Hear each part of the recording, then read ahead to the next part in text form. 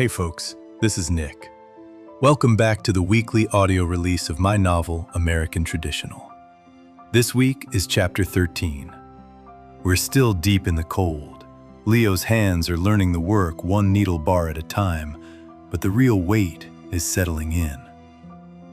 Chapter 13. The Frost. Old routines, new conversations, and a reminder that some opportunities come with strings you can't see yet. If you're digging the story so far, do me a solid. Hit that like, drop a comment with what's hitting you, and subscribe so you don't miss the next drop or any other videos I put out. It really helps keep this thing rolling. Also, quick heads up. Chapter 14 is already live right now for Patreon members. No intros, no ads, just straight into the story. Grab your coffee if you're up late wherever you are. Let's begin Chapter 13. Chapter 13. The Frost. The cold came early that year. Leo felt it first in the shipping container. Metal walls, sweating condensation, his breath visible in the dark. He'd wake at 6:30 with the alarm and lie there counting heartbeats until the cold forced him vertical. No heat in the box. Just the sleeping bag and the sound of his own breathing. By late November, the mornings required layers. Jacket over the hoodie over the thermal shirt, work boots laced tight. He'd cross the lot in the dark, unlock the back door, and start the space heaters before Silas arrived. The routine had settled into his bones. 6:30, wake. 7, go inside, heaters on, coffee started. 7:15, trash, bathroom, mop the floors. 7:30, stations wiped, autoclaves loaded. 7:45, Silas's Chevelle in the lot, navy blue and gleaming. 8:05, needle bar assembly at the back station while Silas opened the register and Kole prepped the day's appointments. By 8, the first client would arrive. Leo had stopped counting weeks. The rhythm didn't need numbers. "You're building them faster." Kole said one morning, watching Leo assemble needle bars at the back station. "Cleaner too." Leo didn't look up. 5 needles, soldered tight, gaps measured with calipers. The solder joint had to be perfect. Too much and it threw the weight, too little, and it failed under the hammer. He'd built 47 bars in the last week. Silas had accepted 32. Solder temperature's still uneven. Silas said from the front station, not looking over. The flux is burning before the joint sets. Check your iron. Leo checked the iron. Silas was right, always right, "Heard that kid went with Dex." Kole said, pouring coffee. "The one who came in a few weeks back, Jesse." Leo's hands stopped moving. Vice tattoo? "Apparently." Kole leaned against the counter. "Silas told him we'd take him on. Kid said thanks, but he'd already accepted another offer. West Side shop. Better pay."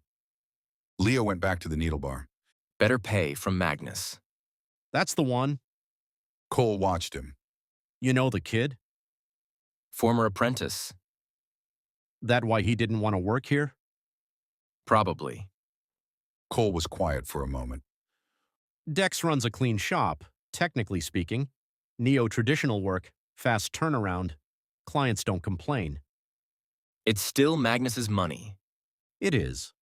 Kole refilled his coffee. Not your problem anymore." Leo checked the solder joint under the lamp. Clean this time. Good weight. He set it aside and started the next one.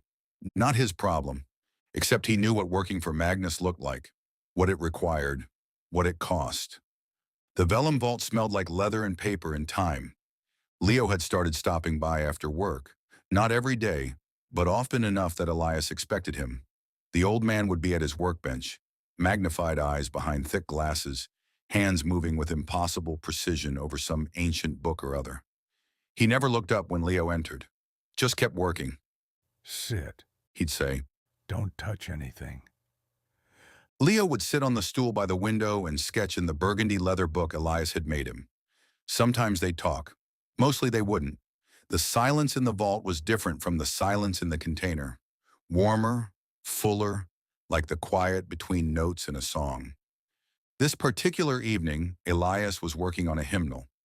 19th century, Leo guessed, though he didn't know enough to be sure. The leather spine was cracked, the pages loose. Elias had the whole thing disassembled on the bench.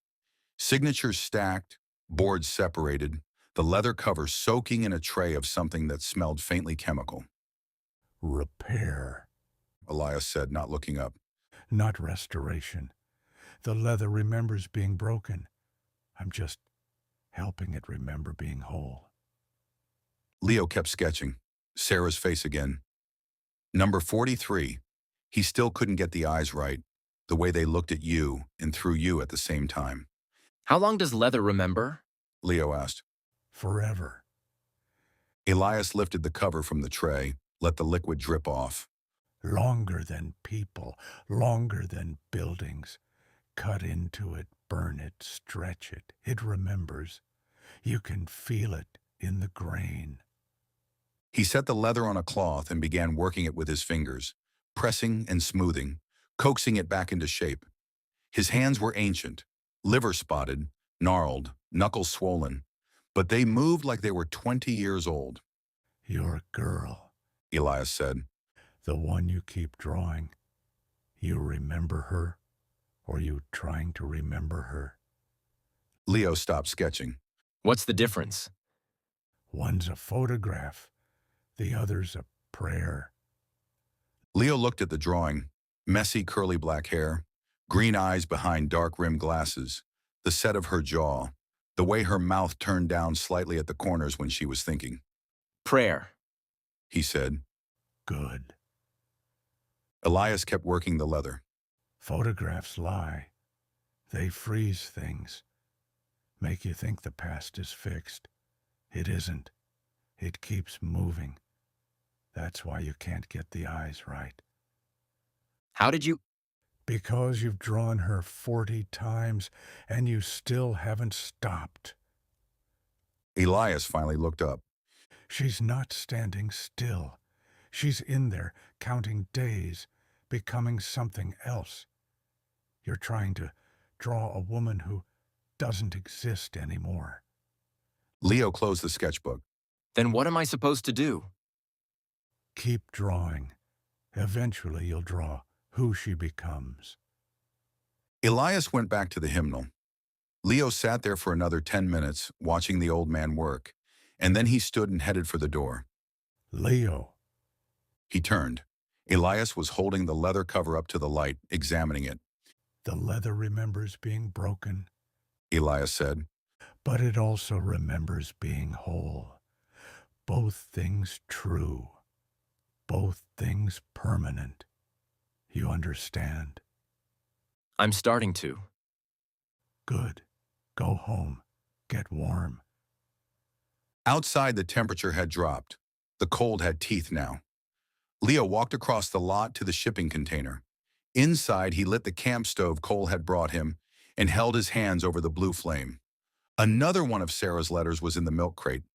Day 47. I've been reading Exodus, the part where Moses sees the burning bush and God tells him to go back to Egypt.